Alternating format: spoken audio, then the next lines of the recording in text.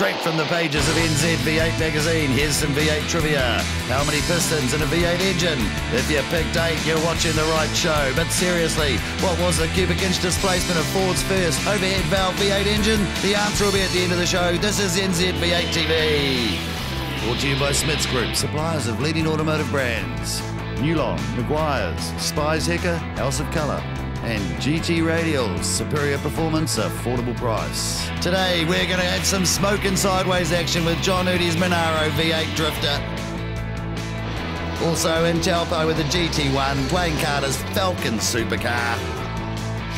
NZDRA Young Achiever, the fastest 21-year-old in New Zealand, it's Todd Vincent.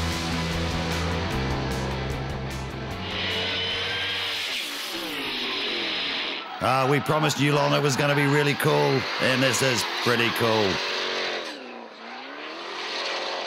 This is probably the only chance you're going to see a drifter on this show. Usually they're rice burners, but this is a V8 drifter. Smell that rubber. Hey, well, I'm standing here right beside not only Jonny Udys, but also New Zealand's only V8 drift car, and which is proudly owned and operated by John. John, I've got to ask, when everybody else is using Jappers, why have you gone for the V8?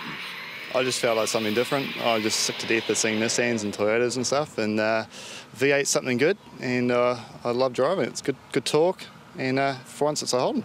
There's got to be a lot more weight in this than the other cars. The Jappers are obviously kind of light compared to this. What's that like for driving?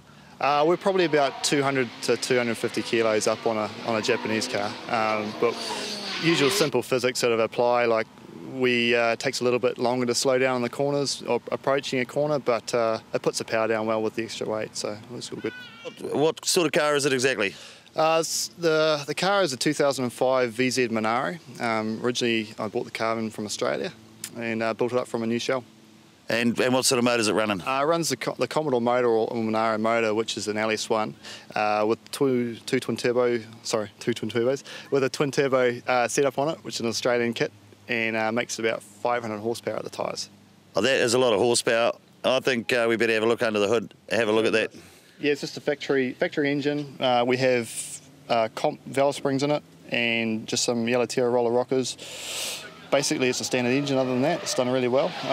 With the twin turbo system, obviously, which runs at about 11 psi boost, and just slightly bigger injectors in it. But as it came off the factory floor internally. We toyed with running the car in the NZGT series, which runs along GT1, which we may do in the near future. But we've got to put some bigger brakes and a bit more cooling as far as the diff and the gearbox is concerned. But other than that, it could run probably up there with the best of them. How long does a set of tyres last you when you're drifting? With this, not too long. We probably would get 7 to 10 laps out of a rear pair, brand new rear tyres on the car. We've gone up in size to a 275 40/17 tyre, which it's helped a lot.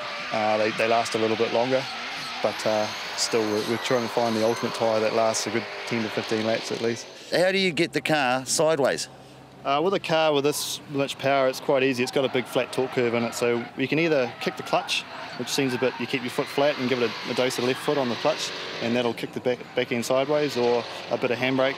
But on this car, I've tended to be able to just use the throttle on it. It's been pretty receptive to a bit of throttle. The car's got an HS6 Hollinger gearbox in it, which is out of the Supercar.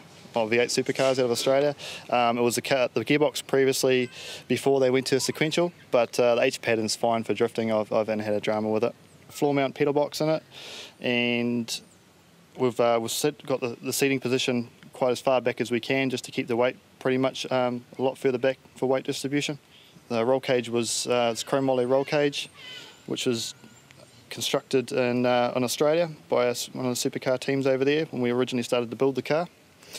And it was wired and tuned by good friends at ProTune in Manukau. Pretty impressive looking wing on the back of this here. Now I understand with production cars the necessity of having those, but why in the drifting? Oh, we're after downforce and we're after speed as much as the circuit racing guys are, and it just creates a little bit more balance and consistency in the rear end of the car. Because Pokekai, for example, is quite high speed. Like a wing won't really work over probably 160 k's an hour really. and we're doing well over that at Pukekohe, so everything helps. I'm quite passionate about my cars and how they look, and I wanted to make it not a supercar replica sort of looking car, but something that was fairly close to it, and I guess make it look like a V8 should, not like these rice burners. You really got used to the smell of burning rubber? Yeah, but at the end of the day, you've had enough, I can tell you that. But yeah, I've been doing it probably 6-7 years now, so I'm well and truly asphyxiated with tyre smoke. It's pretty much in the blood now. So why the V8? They're just better. You can watch Jonny smoke those rice burners at Pukekohe on the 12th of July. That's the next round of the NZ Drift Series. This week, you can win a great prize pack from Smits Group, suppliers of leading automotive brands, including Maguire's, Newlon, and Glass Science. Simply get onto v8.co.nz and go to the NZV8TV link.